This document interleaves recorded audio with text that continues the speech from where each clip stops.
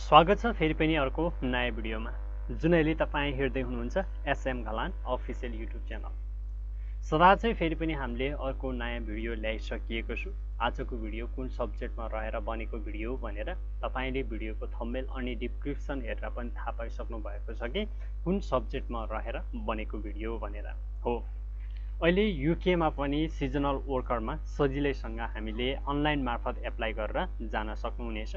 त्यो पनि आफ्नै मोबाइल वा फोनबाट पनि हामीले सजिलैसँग एप्लाई गर्न सक्नुहुनेछ।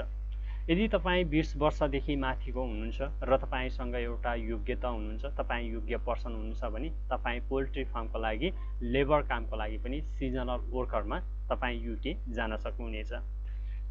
लेबर बाहेक अन्य कामको लागि पनि तपाईले रिसर्च गरेर पनि तपाईले एप्लाई गर्न सक्नुहुनेछ बिना लगानी बिना पैसाको। अब हामीले एप्लाई गर्नका लागि सुरुमा तपाईसँग के चाहिन्छ, के कस्ता रिक्वायरमेन्टहरु चाहिन्छ भन्ने कुरा त तपाईहरुलाई मैले भिडियो मार्फत नै बुझाउने छु।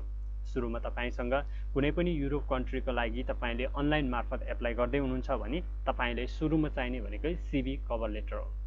सीवी कभर लेटर यदि तपाईले बनाउनु भएको छैन भने तपाईले बनाउनु होला।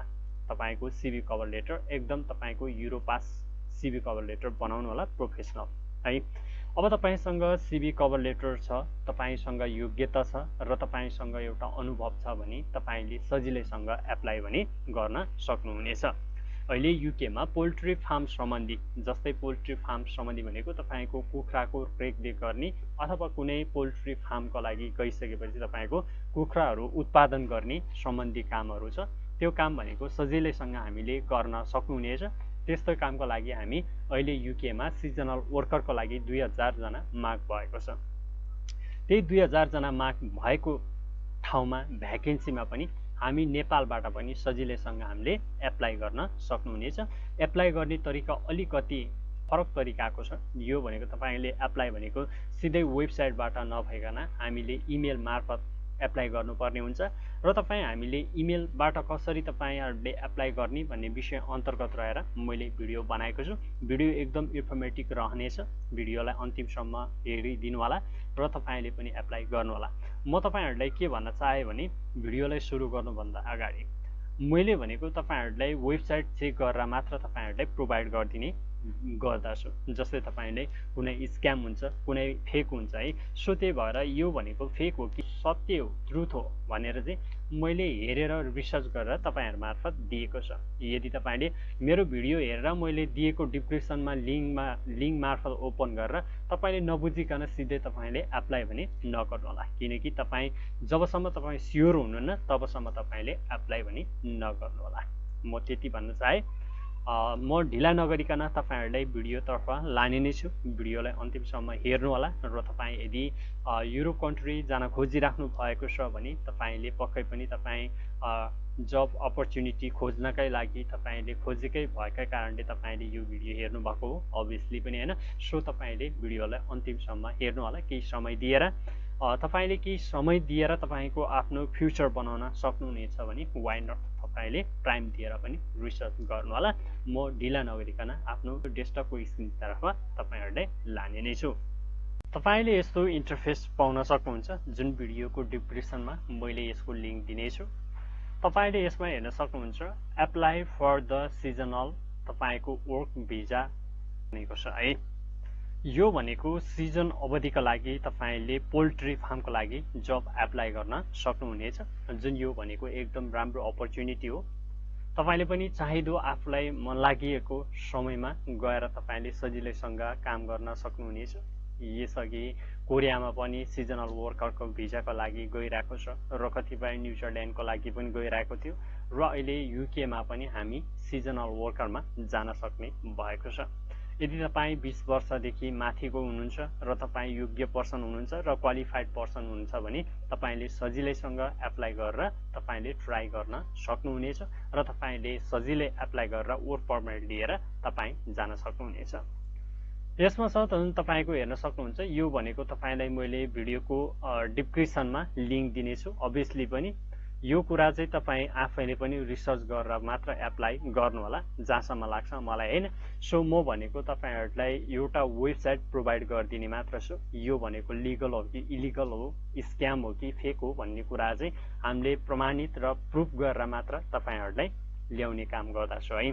अब तपाईले यसमा हेर्न सक्नुहुन्छ यो भनेको सिम्पल तरिकाले पनि एप्लाई गर्न सक्नुहुनेछ र एप्लाई गर्ने तरिका चाहिँ हामीले जान्नुपर्ने हुन्छ। सुरुमा यसमा हेर्न सक्नुहुन्छ तपाईले जब सर्च भनेर तपाईले यसमा जब सर्चमा गएर पनि जब सर्च गरेर खोजेर पनि तपाईले एप्लाई गर्न सक्नुहुनेछ आफूले मन पर्ने जब है।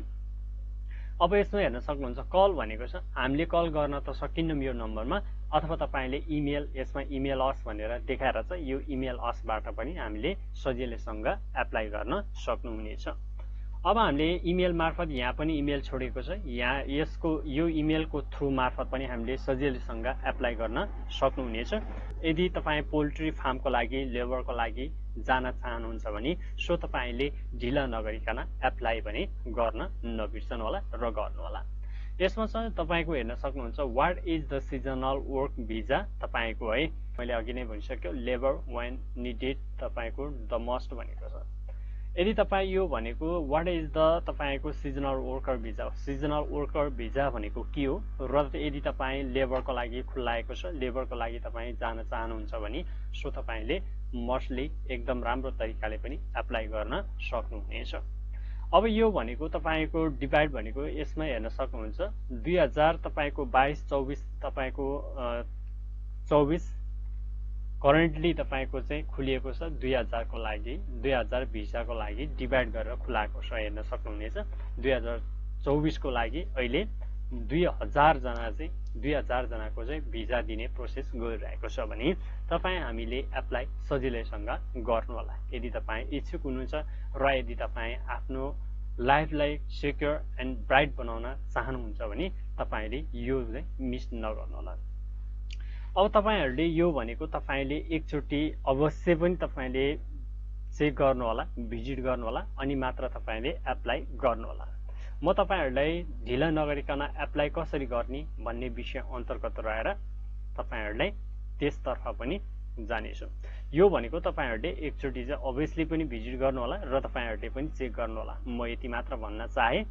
अब तपाईले सिम्पली रूपमा तपाईलाई इच्छुक हुनुहुन्छ पोल्ट्री फार्मको लागि तपाई काम गर्न चाहनुहुन्छ भने सो तपाईले यसमा दिएको सिम्पली तपाईले छ यसमा गएर तपाईले सिम्पली यसलाई कपी गर्न सक्नुहुनेछ। अब यसमा तपाईको इमेल अस भन्ने अप्सनमा तपाईले यसलाई सिम्पली रूपमा तपाईले यसलाई क्लिक गर्नु होला। अब तपाई आफ्नो जिमेलमा आउनु होला, म आफ्नो जिमेलमा आइसकेको छु। अघि जुन तपाईले पेस्ट गर्नु भएको छ त्यो पेस्टलाई तपाईले कन्ट्रोल बी गरेर तपाईले यसमा पेस्ट गर्नु भयो नि हुन्छ। सब्जेक्ट भनेको हाम्रो सब्जेक्टमा के को लागि तपाई सिजनल वर्करको लागि एप्लाई गर्दै हुनुहुन्छ भने तपाईले सिजनल वर्कर तपाईले पोल्ट्री जबको लागि हामीले एप्लाई गर्दै हुनुहुन्छ भने यसमा तपाईले आफ्नो सब्जेक्टमा चाहिँ जुन पोल्ट्री तपाईको सिजनल वर्क भिजा भनेर लेख्नु होला।